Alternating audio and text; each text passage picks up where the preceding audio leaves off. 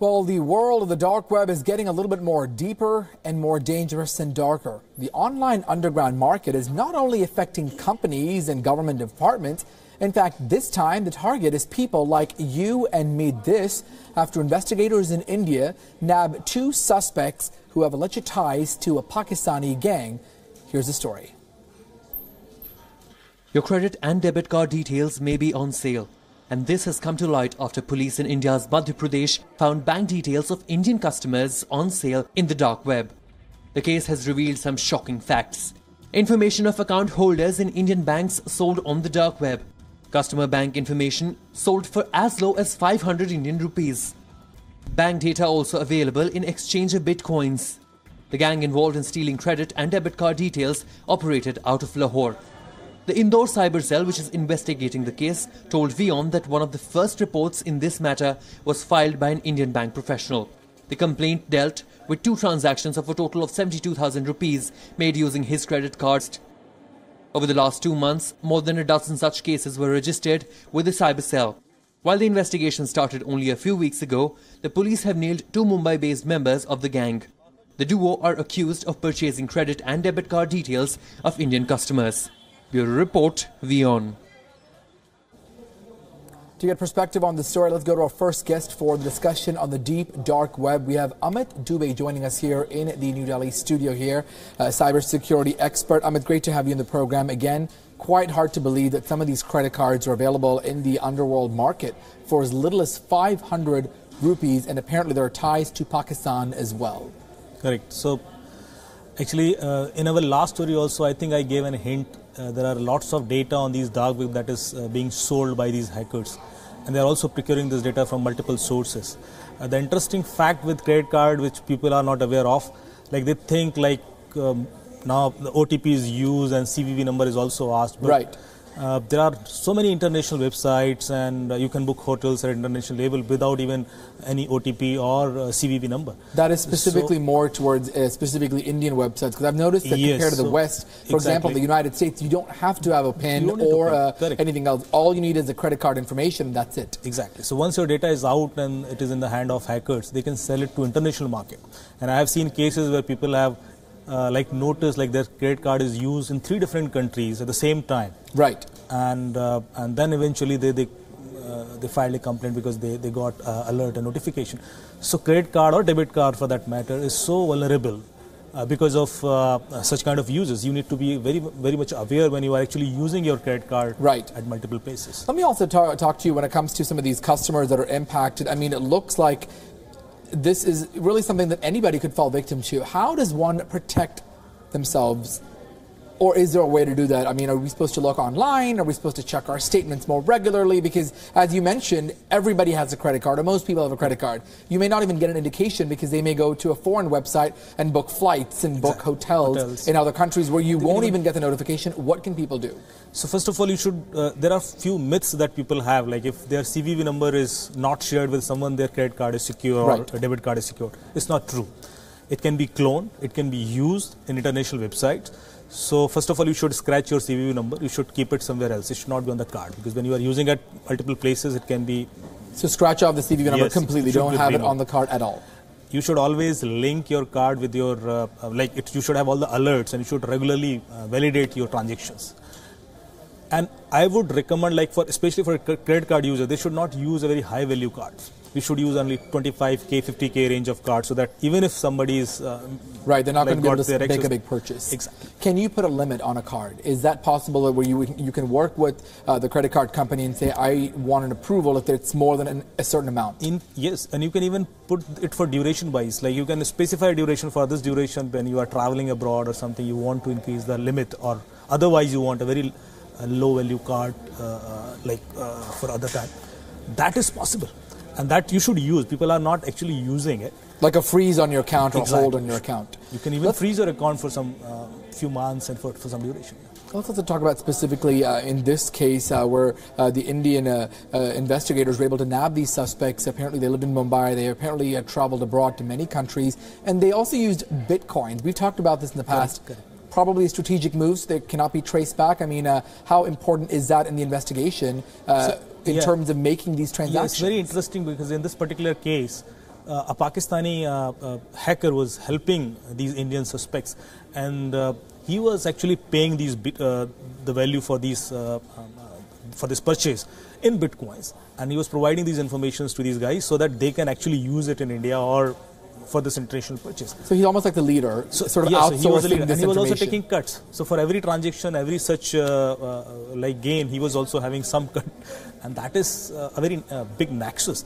So the investigation is still on, and I'm sure that it is a pan-India based nexus, because these are not only two guys who are involved in this. We have seen similar cases in Delhi as well recently. Let me also ask you, when it comes to this kind of situation, are there certain customers that are perhaps more vulnerable, perhaps people who are older, people who maybe don't check the internet or have online banking and can access those credit cards, as we mentioned, to validate their transactions, and until they get the bill, and perhaps by then it's too late? Yes, so they always look for people that are of a particular age segment, and they are not tech savvy, and they are also not using card for a longer duration. So in that case, they are not used to or having this alert sort of system. Right. We'll come back to you in a second, just continue the conversation. Let me also bring in another guest, in fact, someone who was very key to this investigation. We are now joined by Jitendra Singh. He is the SP for the Cyber Cell from Indore, joining us now to get perspective on this story. We appreciate your time. You were instrumental in catching these suspects when it came to these credit card hackers. Many people perhaps could be victims and have no idea that their information is perhaps online and could be compromised. How difficult was this operation? First of all, thanks for the compliment. It was a difficult operation in the sense that these of activities were going on for a longer period. We were having around 24 complaints of the same nature. But this one we were able to crack through some very serious investigation. And finally, we could find out how these things are happening in the virtual world. I also wanted to ask you, the fact that you could get some of these, information, victims, customers' credit cards for as low as 500 rupees. I mean, that is really hard to believe, that the fact that people can just buy this from the dark web, these hackers allegedly purchasing this and making transactions internationally where you don't need the OTP, you don't need all the information that you typically do in India. I mean, this is a noticeable difference. Here in India, if there's any transaction, most of the credit card, if not all of them, you will get an alert on your phone asking for a one-time PIN. But if it's international, that's not always the case. So clearly these hackers, these attackers knew what they were doing, and they were well informed to perhaps not trigger their victims to be, sort of suspecting that their data may have been compromised. Yeah, exactly. These hackers, the culprits, they knew that what exactly they are doing. And in fact, it is an international gang, because one of the gang leaders, who's still absconding, is out of our country. And he, in fact, trained these boys how to operate, how to use those websites which don't require OTPs in case of credit cards, debit cards. So these boys got trained for the last, say, 2 or 3 years, and they were in contact with this gang leader, who is Sheikh Aslam or Shozi. Right. So they were trained by this particular man. How important is that in the investigation? I know it's still under, you guys are still working on the case, so there's probably a whole lot you cannot divulge, but what can you tell us in terms of the significance of this alleged gang leader based in Pakistan? How significant is that piece of information? We're also reading reports that these two residents of Mumbai lived abroad, and they had recently made travels to many countries, including Thailand, the UAE, and Malaysia as well. How crucial is that piece of the puzzle? All these facts are really very crucial for us, and we also believe that these boys are in constant touch with the person who is basically from Lahore, Pakistan, but presently, as per the version of these boys, he is in Canada, and he keeps on talking to these boys through Skype and various other aids. So they are in touch, and we are in the process of tracking these people down. Do you believe there are more people in this alleged gang? Do you believe there are more hackers out there specifically to this gang leader based in Pakistan, and perhaps more of these people making transactions, getting innocent customers' information, buying them from the dark web, and making transactions, tickets, hotels, large expenses? Your thoughts? What we could see on the darknet and on this particular website, right? There were a lot of credit cards and debit cards available on sale. They were up for sale, from the price ranging from $8 to $12. Right. And the payment was essentially to be made in Bitcoin. So I can just comment that we could see a lot of credit cards there on sale. Let me also ask you, in terms of people protecting themselves, many of our viewers watching, whether they're here, whether they're perhaps traveling, everybody, most people at least have a credit card. What are things that people can do to protect themselves? I mean, in case your data is compromised, are there certain things that you want to emphasize and perhaps educate people so that they don't become a victim? The major activity that can protect a person from these frauds is that they should use a well-known website when he or she is doing online shopping, because people rush towards online shopping thinking that the particular website they're accessing is a secure website or not. So the first and the foremost thing is the secure websites should be used for online shopping. Then there are numerous other things which can protect them from debit card fraud. Suspicious emails. You use your credit cards on a very private computer, PC or laptop, whatever it is. Virtual keypads. Do not use community computers or community communication systems or public Wi-Fi while making commercial transactions. So there are a lot of small little things which can prevent these frauds. When it comes to this type of information, perhaps through the exchange of bitcoins, obviously that is an emerging tool, the cryptocurrency. But is that making it easier for hackers, like in this case, to perhaps get information without really ever being traced? Yeah, I could not get your question. Please repeat it. Sure. The question I was asking you, the fact that these alleged suspects used bitcoins, making it very difficult to trace them, is that a growing trend given this cryptocurrency? Okay. Talk about that a little bit. I could get your question. So, yes, definitely the usage of bitcoins poses a different challenge for the law enforcement agencies. So, definitely this sort of payments made a little more difficult for LEAs to investigate. All right, let me bring in our guest back in the conversation here in the studio. In terms of the growing number of victims, perhaps, who don't even realize they're victims, are you surprised? Are there certain groups that are perhaps more impacted? I know we touched upon that earlier, but are you surprised how hackers are able to do this so frequently, and there are more and more incidences like this being reported? So, Archit, as you said, like in India, we can say like people are less aware or they are not educated. But just for your information, there are 9 million cases of credit card frauds every year in US. 9 million cases, which is a huge, huge number. And that means it's not only the education, it requires something beyond that. It's something which is bothering everybody in the world, and we require lots of technical upliftment to ensure the financial world more secure, which is missing right now. Right. For example, just a simple example, you use credit card and debit card and there is a signature behind it. But have you ever noticed like the signature is verified by the merchandisers when they are actually so it could just be somebody signing anything and it's done. Yeah, and they are not even validating it. Right. But as per the terms and conditions and law, if they are not, the signatures is not matched, they are not liable to swipe the card at all. All right. That is something which is missing in the chain at all. So these are the small things which is there as a law. Right. But it's not implemented and used. All right. And really quickly before we wrap up the discussion, I'll go back to Jitendra Singh joining us. A quick final question to you, sir. When it comes to this, there certainly could be a wave of these type of gangs perhaps operating. How much of your investigation is perhaps focusing on perhaps other ringleaders like that in Pakistan? Are there other groups like this out there perhaps doing these type of hacks, taking customers' credit card information, or do you think this is far and few?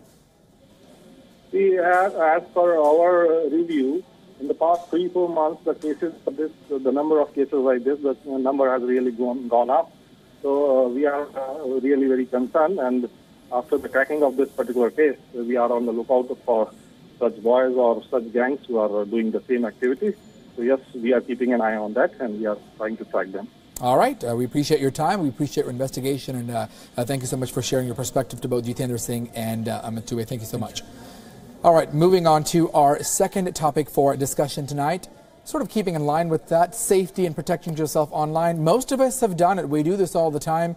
We have our phones, and we go online, we're trying to find a good Wi-Fi network. Well, if you think that most of the networks that you sign on to are safe just because you type a password that is a strong password, well, not necessarily the case. Now, for someone to even guess, well, we should say just hold on, because even the password-protected Wi-Fi networks are not necessarily safe. Here's more on this story. Our Wi-Fi networks are not fully secure. Researchers Matthew Van Hoof and Frank Peasons from Belgium's Couleuvin University have discovered a weakness in even password-protected Wi-Fi connections. According to the researchers, there is a major loophole in the Wi-Fi security protocol that is used by almost all Wi-Fi networks, and this in turn makes networks vulnerable to hacking. As the problem is with the Wi-Fi standard, it affects all operating systems such as Mac, Windows, Android and Linux. The situation is so severe that it could allow hackers to read even encrypted information and steal bank details and passwords. Not just this, it puts 41% of Android devices at risk. Cybersecurity watchdogs and researchers have started to issue warnings over risks associated with it. While there is no report of any malicious attack yet, we advise you to be more careful and upgrade to the latest software as soon as it is rolled out for you. Meanwhile, you can switch to LAN and yes, avoid signing up on public Wi-Fi networks. Bureau Report, WION.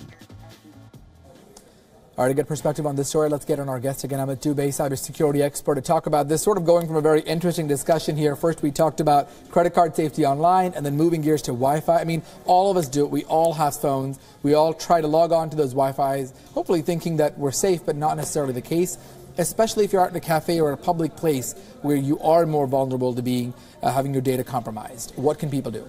See, I'll just give you some input from the hacker's perspective. Normally when we configure a router or even we use our mobile phone as a Wi-Fi tethering device, we always go for the default configurations. We never change those configurations, and we try to use a very simple password, maybe 1 2 3 4 5 6, which is the most common password. And these are the common mistakes that everybody does, and which helps a hacker to understand what sort of configuration would it be there, and with a limited number of attacks we can hack the password. And there are so many open applications available even on Android and iOS, which you can use and you can hack a router as easily. How easy is it for someone, perhaps if your banking information or your social media sites are open, or your email even, all of these apps are something that most people already have downloaded with their password and it's up and running. And if your Wi-Fi is hacked and someone has access to that, I mean, how difficult is it for them? Is there like a time limit perhaps on how long they have access to it, or is it once they're in and it's unlimited, that you won't even realize that they're using information? Once it is hacked, probably then the hacker can use it any time later. So, but to hack that password may take from 30 minutes to 4 to 5 hours, because now we have very high processing speed mobile phones or devices or systems. Right. And when we are trying such kind of attacks, we require that sort of processing speed.